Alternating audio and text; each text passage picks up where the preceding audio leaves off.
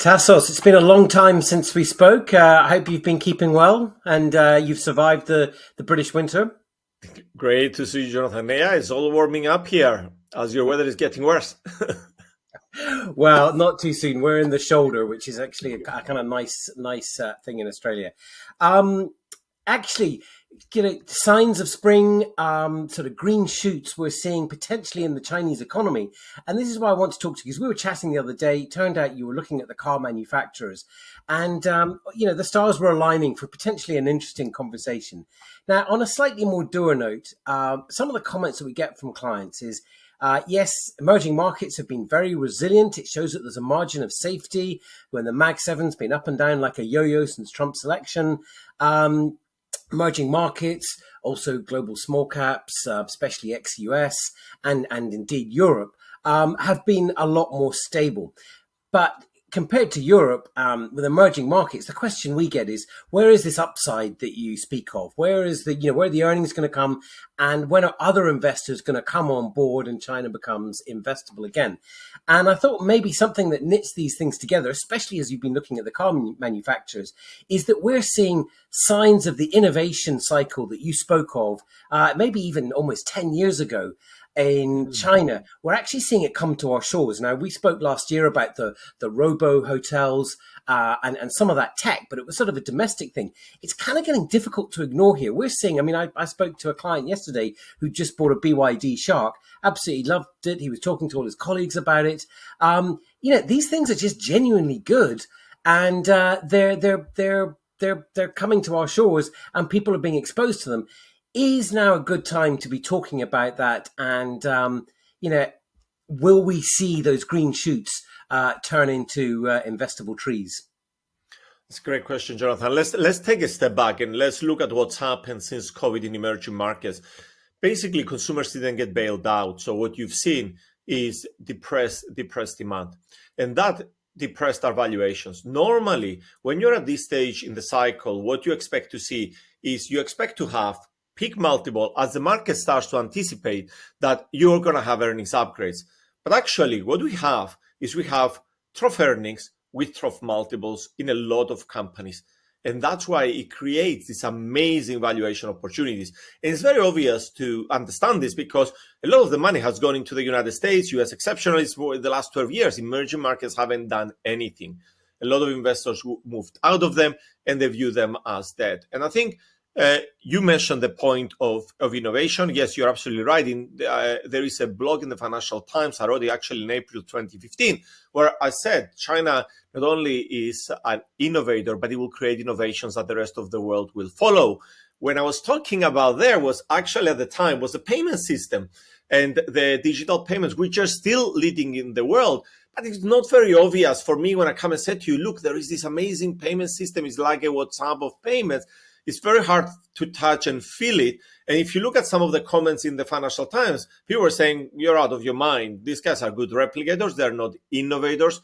And there was that argument. Sorry, can I just, because that's a very good example. I'm going to push back just slightly because the payment system thing, I think there was incredible promise. And in China, absolutely, that is sort of borne fruit. But geopolitics got in the way to a large extent. And that was an investment idea that let's face it, didn't really take off. Do you think it'll be different with the next, cars, for instance? Because you could apply the same argument that, for security reasons, for instance, as with the phones, the Huawei phones, etc. I suspect that this is slightly different, but you tell me. I think the payment systems didn't, if you're talking about exporting from the domestic countries, the reason they haven't moved to the developed world is because the credit cards plus the banks have a lot of entrenched interest and make enormous amounts of money. Everybody taking little cuts from this network, and they fought the system with worries to the regulator. What if you went directly and bypassed the credit card systems? You don't have to look at the developed world. Just look what happened with Pix in Brazil, what happened with India, with the government-created systems. They've proven that it was all nonsense. There is no budget politics. These networks are the next generation. You don't need to go through the rail guards of the networks of the banks. And you save consumers a lot of money. Why did it succeed in these places? Because credit card penetration was very low. There were no interest. There was no money for the banks to lose. They couldn't fight it, and they came through. And in the payment systems, the developed world is leading. The emerging world is leading the developed world. Now, in the innovations that you're seeing here, again, you see geopolitics, which is trying to play a role, but the Chinese domestic demand is a huge market, and you're seeing the leadership. Let's not take cars. I'll give you the example in the 2015 blog. I'm talking about somebody who comes and says, "Look at my Huawei mobile phone." And he runs through the spec, and he says, "This is the same spec as your iPhone, but it's half the price." And it makes sense because you know what margins Apple makes on this phone. And his argument was that your Apple phone is a better brand, is not a better phone. When you do the ethnographic study a year and a few months ago in China, you have the Huawei Mate 60 Pro that just came out, and people are queuing for that phone. For the first time, consumers are telling you, this is not only a better phone, it's a better brand. And if you want, just have a look at the new Huawei Mate 70 that just came out, where the individuals are doing this grab motion in front of the phone, and they're just posting it on another device. Think when was the last time you had innovation from Apple? So China is being innovative. So let's go back to now to the automobiles, because we studied extensively. Let's run through your questions about the electric autos and what you think about them. Well, look, it stacks up, and I also want to take it back to cars because, you know, as we mentioned before, that Xpeng thing with the helicopter in the back, I want it. So, you know, here's a Western consumer who is willing to get over a lot of his foibles because of what he wants. But at the root of it, that's it. That our you know, desires, our preferences subtly start to shift our attitudes, if you like. And, you know, the G6, the Xpeng G6 has just been launched here. And, you know, a side-by-side comparison with a Tesla, it kind of looks the same. Tell me, have you compared the cost to produce, basically the numbers behind this of, say, BYD, Xiaomi, all of these compared to, say, a Tesla and the other Western manufacturers? How does that play out from here? And are we actually going to buy those cars? And are we going to be happy to do it? And are they going to make money from it? Let's go back to the ethnographic study, which was slightly over a year ago. What are the consumers telling you about these cars when they compare them in China? And there was a status symbol buying an Audi 10 years before. But he says, just go walk inside the car and look at the infotainment systems. They look like they're a generation behind. And for me, the Tesla does have the look and the feel of an older generation even car. Forget the Volkswagens and the Audis of the world. Now, one of the things you learn from ethnography is that you need to move away from your eyes and see through the eyes of a consumer. So not many Chinese consumers, I can tell you, will be jumping up and down to buy that Xpeng, even though you see it in the snow, because a lot of these consumers we speak to have family in the villages, and they tell you that one of their worries is that when they go in these freezing conditions, which you don't have in Australia, these batteries don't switch on in the morning. So the quality of the battery is really important. They have range anxiety. When they drive very fast, the range just drops dramatically. And when you speak to these consumers, they also tell you that the biggest worry is the warranty, because they view that the car will be worthless once the warranty expires, because it's not economic to fix the battery. So when we went and looked at all this, with the exception of BYD that makes all its own batteries, we love the idea of going to contemporary Amperex, which is CATL, which makes half the batteries of the world, that whoever wins market share or whichever innovative idea, whether I'm completely wrong and you're absolutely right, and every Chinese guy flies around in a helicopter, we will make money, because they will end up selling a big part of those batteries, and they make the cutting edge technology. And this infrastructure, I believe, has allowed this the competition to catch up so quickly in the case of of these other OEMs that started producing. So I'm going to tell you off the top of my head because I don't have the numbers, but let's say if you look at Tesla was the most amazing company producing cars, fastest production. I think they produce a car in 160 seconds. And BYD came and it does it between 75 and 90 seconds. And then Xiaomi, completely new producer, does it in 76. I mean, and how the hell do you do this such a fast production? And then Xpeng comes and does it in 72 seconds. And doesn't this sound a bit like DeepSeek? How these guys are just innovating, not only in what they produce, but in their production technologies, which brings the cost down. And that's why you see this amazing value for money cars. And I remember when I came back, I went there and I saw the BYD Seal, which I thought was an absolutely stunning car. If I'm not mistaken, it was selling there for about $26,000. And you come here in the UK, it's double that price for no specific reason. But really great value. It's big market. They're great producers. And you can see how... And sorry, presumably we should touch on the tariffs thing. Because as things stand, most of that, I imagine, is margin because they're producing at a lower cost and they're meeting the market price rather than tariffs, although that may change. You go and see. But there's a lot of fat in it for them. Is that what your numbers tell you? You're spot on. So look at it. BYD is on a scale of its own, right? It's just... it's taken off. He's the big producer. It produces amazing, expensive cars. It goes to an $10,000 car and it can make it profitable. So it sits on a gross margin of about 23-24%. Now, Tesla's margin is 18.4 and it makes about 650,000 cars. Now, Xiaomi, what was it last year? 150,000 cars and reached Tesla's margin already.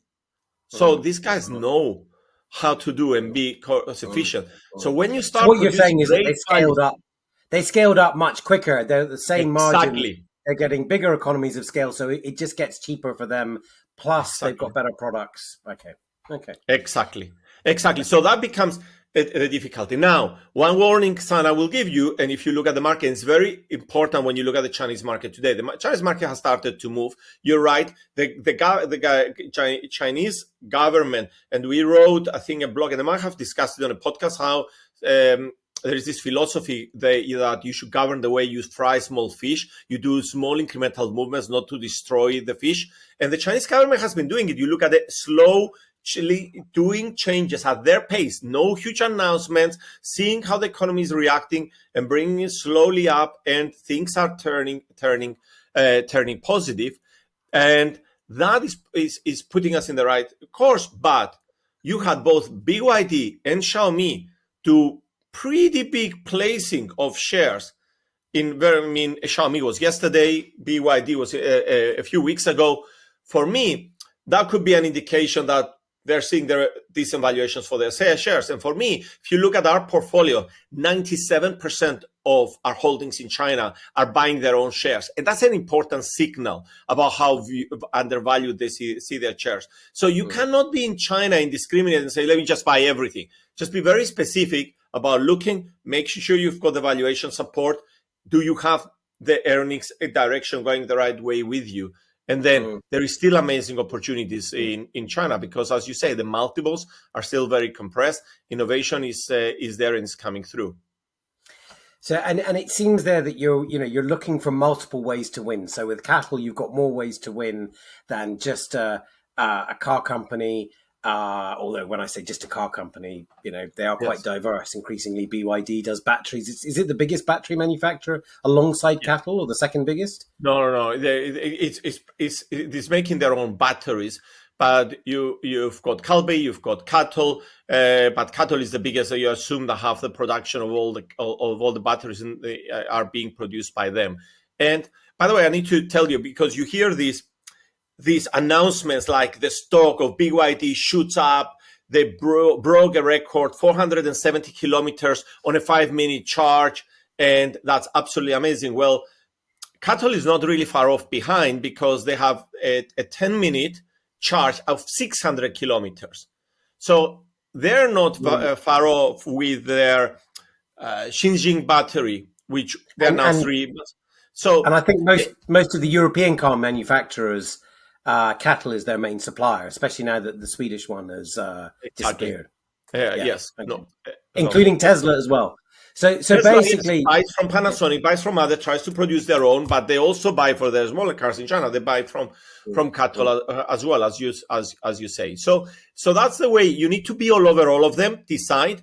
Let me tell you, when I go and speak to consumers, the one feeling they all had is there is so many brands in China, and they won't survive. And it's the same thing that happened if you look at what happened in the early 1900s in the American automotive industry. There were all these brands, lots of them disappeared, lots of them got consolidated in the big players. And here, because you have, I mean, BYD is vertically integrated, produces a lot of it, but you can just buy a battery from cattle. You buy and then you can.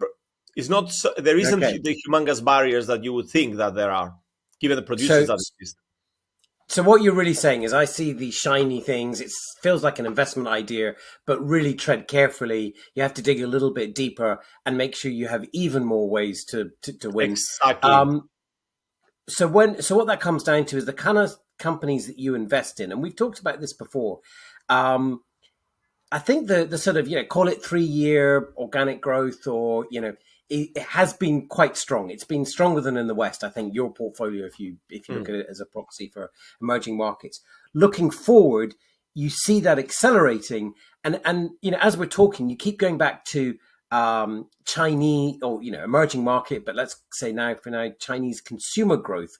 And again, more ways to win. You win primarily that way, and if you have knock-on benefits and the tariff wars, and Trump does a deal with Xi Jinping, and that's is that the icing on the cake?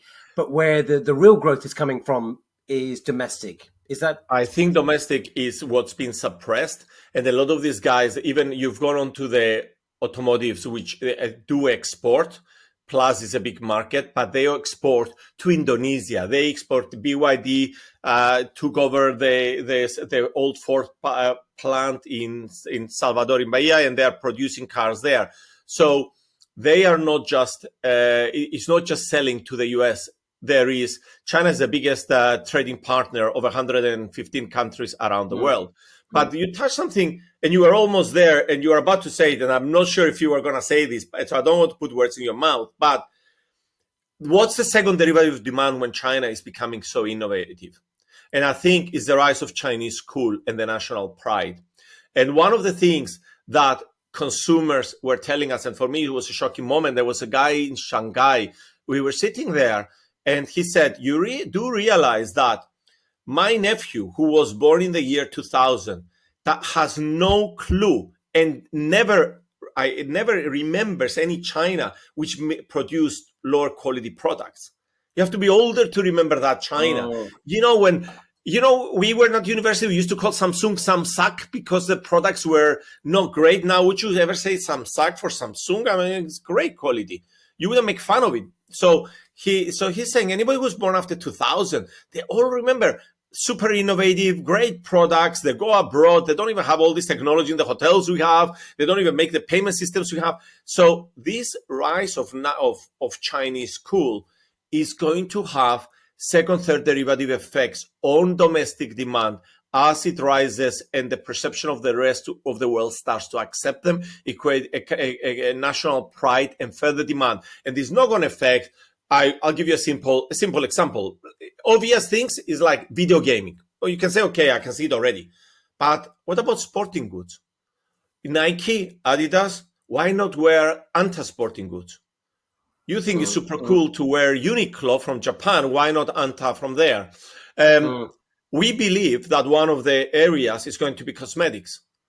So, because the guys who produce really great quality, value for money cosmetics, and we already started picking some of that in Indonesia as they were buying these products. So start and think, what are the next and second and third derivative that will drive this? Because it will drive demand further in the domestic consumption, not just because the foreigners are buying it, but the national pride of these products is going to drive further the domestic demand for this. So this may have longer to run. And one of the thoughts that was sort of occurring to me as you were speaking is this sounds like a more confident rather than a more aggressive China. It sounds like the American dream to some extent. All the things that is making the US less confident because people don't feel that their standard of living is going to be better than that of their parents, etc. That so it would seem to me that basically what you're saying is that there's enough petrol in the tank in the emerging market consumer, the Chinese consumer, that what we talked about before, where the growth comes from, why the valuations are compelling, is not necessarily dependent on what happens in the West. It can be more of a domestic story. That's basically the Yeah. punchline as an If you investor. look at China, I want to remind you of the conversation you and I had just over a year ago, and I want you to compare it to Mexico, which was 3 or 4 months ago. In China, every single household I went to, they have so much savings. I have people who Yeah, work for state-owned enterprises.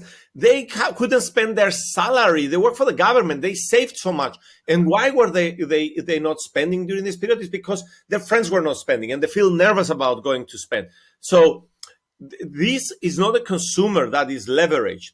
What you have in other places is, and it's the opposite of China, is that aspirations continue going up, but inflation has been eroding their income. And what this is causing is making this stretch where the consumer has been getting more leverage. And you're hoping that this is going to turn for some of those consumers to do well. And the leverage of the consumer, you're also seeing it in the United States. China, this is flip-flop. It's the other way around. yeah, They're loaded. yeah, It's just that their yeah. confidence and their aspirations went down. But I haven't gone to a house and I'm sitting there and they're showing me how they're borrowing at 300% from these fintechs, which they call financial inclusion. They're Yeah. all savings. Yeah, So actually, this reminds me of the chart that we've sort of discussed before, and a client recently sent me because he was making the link with current geopolitics, the so-called elephant chart, where unfortunately in sub-Saharan Africa, still a lot of poverty. As you move up, the income gains, and I think this was, originally the study was, from 1990 to, call it 2010, but yeah, I think the trend has continued over the last 15 years, where the emerging markets middle class that's where the gains have been. It's the Western middle class that have sort of been suppressed, yeah, and then you have the little bit of the trunk, which is the super rich, the inequality, the yes. billionaires, etc. But here, because potentially post COVID, you've had this sort of repression of sentiment. What you're saying is that that's a lot of dry powder, basically. Yeah, so what's happened, Jonathan, if you think about that chart and if you went and looked at it, what was the engine in those years all the way to 2010 is not so much the people in the middle classes, but the people below joining the middle classes. And in emerging markets, I remember when I did the first ethnographic study in India in 2011, I studied the life of a driver. And at that stage, he was making about $60 a month to be a driver. On the last study, they're making between $500 to $600 a month. And that's within a period of 10, 11 years. And if you can speak English as a driver, you make another $100 on top of that. So just think how the wages of the drivers have increased, which are, I would call a blue collar worker. And then think what's happened to the wages of engineers in the middle classes. They've been growing sub-inflation in India. So what has been happening is the taking of people from low productivity sectors to high productivity. That, in more recent years, has stalled from COVID. It put a lot of pressure, risk aversion, and what we need is for that to restart again, because the movement is not gonna stop. It's been going on since the Industrial Revolution in the United Kingdom. What has happened is that the companies that have been playing these themes, instead of trading at very high multiples, are trading at very low multiples, depressed valuations, and you're buying, and they have dividend yields and free cash flow yields, high growth companies that we never used to see. I can't believe, as a growth investor, I'm talking about free cash flow yields on my portfolio, because these guys generally pump a lot of that through capex to reinvest to generate the growth that they need to return. So yeah, so that thing, you're absolutely right. We have, and there is what I'm trying to say is that the dry powder in the hump is even much bigger, because in the last 4 years, those guys who pushed that up have been suppressed. The lower socioeconomic groups pushing upwards. hurt by Okay. inflation and high interest rates. So back to my original question, it seems to be maybe one way that we can sort of close the circle is myself, clients are asking me about worries about geopolitics, etc. Maybe that's something if you own a lot of Korea and Taiwan and emerging markets. But what you're saying is, yes, maybe, but that's more noise compared to what's happening in the domestic economies. And that's where the real growth will be. And in a sense, that's where the diversification from a portfolio point of view is, because it's not so much about the geopolitics. It's if you look you're absolutely right. Taiwan and Korea are very big exporters of technology in the developed world. So very heavy exports, and then you are at the mercy if a tariff come in, it hurts you really bad. But domestic consumption expansion, yes, some of these companies like the automotives will export as well, but not the hospitals. There will be domestic places, not the hotels, not the travel agencies, not the restaurants, and I can keep going and on and on. These are domestic plays that will you are exposed to, so you don't have a big exposure to the geopolitics. On the geopolitics front, I think the way that the President Trump has approached it, there were all these theories that he was just going to focus and go straight onto China, get all the allies, create a coalition, bash China, do all these things. I think that's not happening. So you don't have. There was a question, is it going to be developed world versus emerging China? Would you think Brazil, the biggest trading partner of Brazil, is China? Are they going to go against China? But does it make sense for Europe to be so anti-China? You're already seeing statements from the far right in Germany, pro-China. You're seeing the statements from Spain. In Spain, we were talking earlier of cattle. Cattle Zaragoza has been in desperate need for investment. Cattle is opening with Stellantis a 4.5 billion investment in an electric battery factory, which is hopefully going to put Spain in the electrification. They really need these opportunities. The Chinese are opening factories. Why do you want to stop them in a world where it's the United States versus everybody else? So I'm not sure. If you ask me about the geopolitical risk, what a year ago versus now, geopolitics risk against China and the emerging markets has really reduced dramatically. No, that does resonate a little bit. So look, we've talked a lot about the thematics and some of the sort of more exciting individual product things, innovation, etc. At the end of the day, it comes down to numbers. So what I'd like to do is maybe pause for a moment, because we're going to have you had your meeting with your analysts specifically on car manufacturers just on Friday. Maybe over the next week or so, we'll catch up. We'll maybe sort of talk a little bit more about the numbers that back this up and where the growth comes from in the here and now and, of course, into the future. And then maybe we can catch up again in a couple of weeks to debrief on that and put some sort of harder numbers around this conversation. How does that sound? That sounds great. Great. Well, look, thanks very much for your time. And, sorry, before you go, because we talked a lot about China. Forgive me for getting back into the nuts and bolts. But just as we were talking before, you were also saying that you're seeing other opportunities around the world that are just as exciting. For instance, Indonesia. And I know that, geopolitically or, it's not a done deal there. But do you want to just say a few words about some of the other things that we should look at if we're going to go away and do the sums and try and sort of prove these things up? So if you're going to go and look at numbers, I think there is 4 markets that could have amazing returns. So you need to focus on China, Indonesia. You have the pro bono government come in and try to do a lot of things in the bottom of the pyramid, but they made some statements about creating a sovereign fund, create a lot of nervousness that have basically what you've seen is the domestic market has really weakened. So you have great quality banks, there is no bank in the world that has returns on equity that you can see in the Indonesian banks. They're the best. And they are trading at 10% dividend yields. So the Indonesian market had a great correction. It's a bit of a less liquid market, but you need to look at that. You've got Mexico, a lot of noise. Mexico tariffs, are they on, are they off?